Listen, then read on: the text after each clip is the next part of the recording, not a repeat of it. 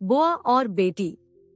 5 minute पहले शांत दिख रहे मम्मी पापा फोन पर बात कर खुशी से चहकने लगे। डाइनिंग रूम में नाश्ता कर रहे अपने बहू और बेटे के पास आकर बोले, कल सुधा आ रही है, अभी अभी फोन पर बात हुई है, समाधि भी साथ आएंगे। शशि तुम कल दोपहर 4 बजे एयरपोर्ट चले जाना दोनों को लेने। इस सुधा को और कोई काम नहीं है क्या?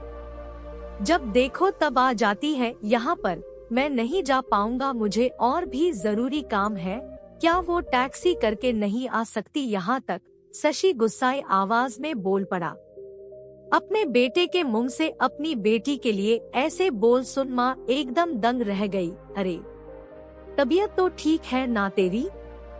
कैसी पागलों की तरह बात कर रहा है? घर में 2 गाड़ियां होते हुए बहन को टैक्सी में आने के लिए कहता है।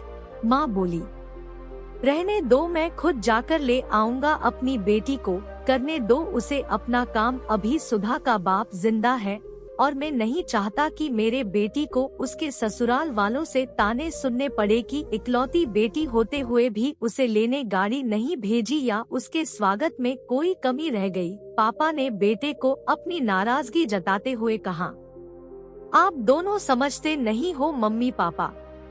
वो जब भी इस घर आती है तो सारी दिनचर्या बिगाड़ देती है। वो तो आराम से बैठी रहती है, किसी महारानी की तरह हम सबको उसकी आवभगत में लगाना पड़ता है। मेरी पत्नी का तो पूरा दिन ही दीदी और जीजाजी के आगे पीछे उनके ओरड पूरे करते हुए निकल जाता है। गुस्से से शशि बोला, आज क्या हो गया है तुझे? कैसी बहकी बहकी बातें कर रहा है? बहन है तेरी, कोई पराई तो नहीं है। अब क्या है उसका इस घर में? शादी में दे दिया था ना हमने जितना देना था, फिर क्यों चली आती है बार बार यहाँ पर? और हर बार बैग भर भर कर लेकर जाती है, वो अलग। आपको समझना चाहिए वो सिर्फ हमें लूटने आती है और कुछ नहीं। शशि ने तंज कसते हुए कहा, तुझे क्या, अगर वो यहाँ से थोड़ा कुछ ले जाती है तो? ये सब मेरी मेहनत की कमाई है और मैं जो चाहूँ करूँ, चाहूँ तो पूरा सुधा को दे दूँ। पापा गुस्से से लगभग कांपते हुए बोले। अब शशि अपनी आवाज धीमी करते हुए बोला, मैं कहाँ कुछ नई बात कर रहा हूँ मम्मी पापा। मैं तो वही बोल रहा हूँ जो मैंने बरसों से बुआ के साथ होते हुए देखा है। आज अपनी बेटी के खिलाफ 2 शब्द क्या सुन लिए आप तो गुस्से से लाल हो गए।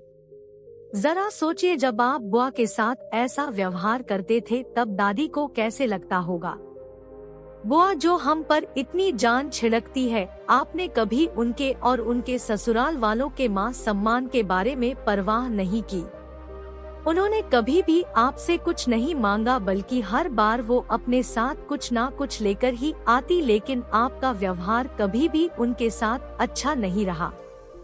दादी ने भी आपसे कभी नहीं कहा कि मेरी बेटी को पैसे दे दो या कुछ खरीद कर दे दो, फिर भी दादी को आपके यहाँ इतनी भी परवानगी नहीं थी कि वो अपनी बेटी को कुछ दिनों के लिए अपने पास बुला कर रहने दे।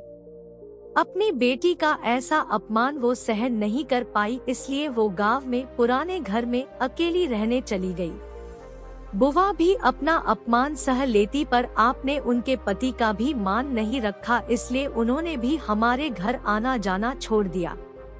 जिस तरह सुधा इस घर की बेटी है, बुआ भी तो इसी घर की बेटी है। आपने 2 बेटियों में फर्क कर अच्छा नहीं किया। और रही मेरी बात, तो मैं अपनी बहन से बहुत प्यार करता हूँ।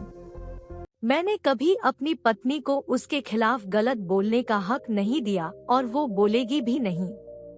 मैं खुद जाकर उसे लेकर आऊंगा, क्योंकि मुझे मेरी बहन पर गर्व है, अपने अच्छे भाई होने पर भी। हो सके तो मेरे इन कटु शब्दों के लिए मुझे माफ कर देना। इतना कहकर शशि अपने ऑफिस के निकल गया। माँ और पापा का सिर शर्म से झुक गया। थोड़ी देर की शांति के बाद पापा ने हिम्मत कर अपनी बहन को फोन लगाया। बहन के फोन उठाते ही वो फूट फूट कर रो पड़े और बोले, दीदी हमें माफ कर दीजिए। हमने इतने साल आपके साथ जो भी दुर्व्यवहार किया उसके लिए हम सच में शर्मिंदा है।